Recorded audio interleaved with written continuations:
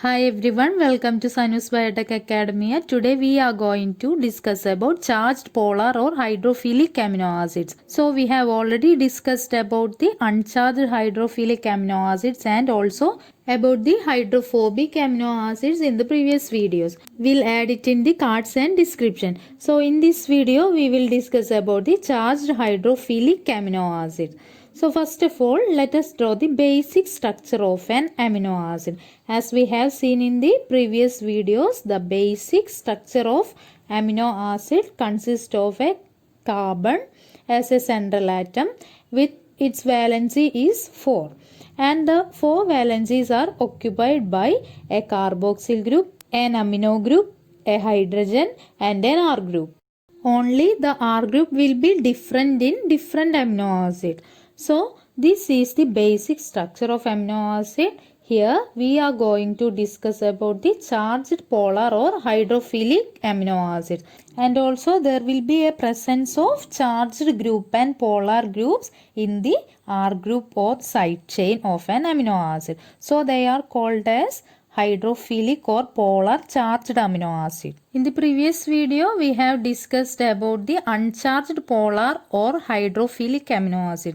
So, in case of uncharged polar or hydrophilic amino acids, they don't have the charged group in its R group or side chain. Now, let us see what are the acidic and basic amino acids which are charged and hydrophilic in nature. We know that in the basic structure of an amino acid, it has 4 groups. They are one carboxyl group, one amino group, one hydrogen and an R group. So this R group will be different in different amino acids. So this carboxyl group and amino group in the basic structure of an amino acid gives a neutral state.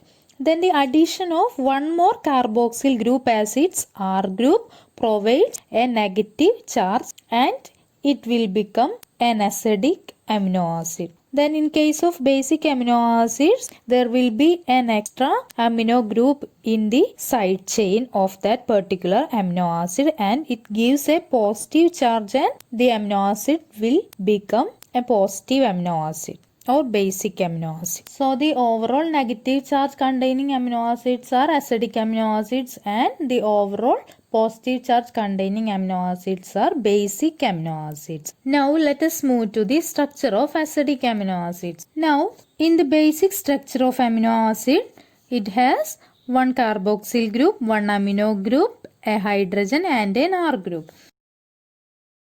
Then after drawing the basic structure, just add a methyl group to make alanine. So we know that the addition of one methyl group gives the structure of alanine. We have already seen in the previous videos regarding amino acids, the structure of alanine gives the structure of all other amino acids. So here also the same thing happens. The addition of a carboxyl group to the structure of alanine gives the structure of aspartate or aspartic acid, which is a acidic amino acid. So here the addition of CH2COO minus to the basic structure of an amino acid gives aspartate or aspartic acid. So here the R groups are CH2 and COO minus. Or we can say that addition of a carboxyl group to alanine gives aspartate or aspartic acid. Now just count the number of carboxyl groups for analyzing its charge. Here there are 2 carboxyl groups. As we said earlier, the carboxyl group and amino groups in the basic structure of an amino acid gives a neutral state. Then the addition of one more carboxyl group provides negative charge and becomes acidic amino acid. So here in case of aspartate, the addition of one carboxyl group to the side chain gives the structure of aspartate, which is a negative amino acid. So the aspartate is a negatively charged amino acid, which is also called acidic amino acid. These are the two carboxyl groups which are present in the structure of aspartate. And the three-letter code of aspartate is ASP and its one-letter code is capital D because A is the one-letter code of alanine. Next is the structure of glutamate. So let us draw the basic structure of an amino acid. Then make it as alanine by adding a methyl group. Again add another methyl group to alanine. Then add an acidic or carboxyl group. So the side chain or R group here is CH2, CH2 and COOH. The only difference of glutamate from aspartate is that glutamate has one more CH2 group than that of aspartate. So here only the difference of one CH2 group occurs. This is similar to the situation of asparagine and glutamine, which we have already discussed in the previous video. Both of these asparagine and glutamine are amides and has only the difference in one CH2 group. So coming to glutamate, the three-letter code of glutamate is GLU and its one-letter code is E, capital E. Since it has also carboxyl group as its R group or side chain, the overall charge of glutamate is also negative and it is also an acidic amino acid. Here also the total count of carboxyl group is 2 as in aspartate. Since it has also an additional negative charge, it is also called acidic amino acid. Now let us move to the positive amino acids or basic amino acids.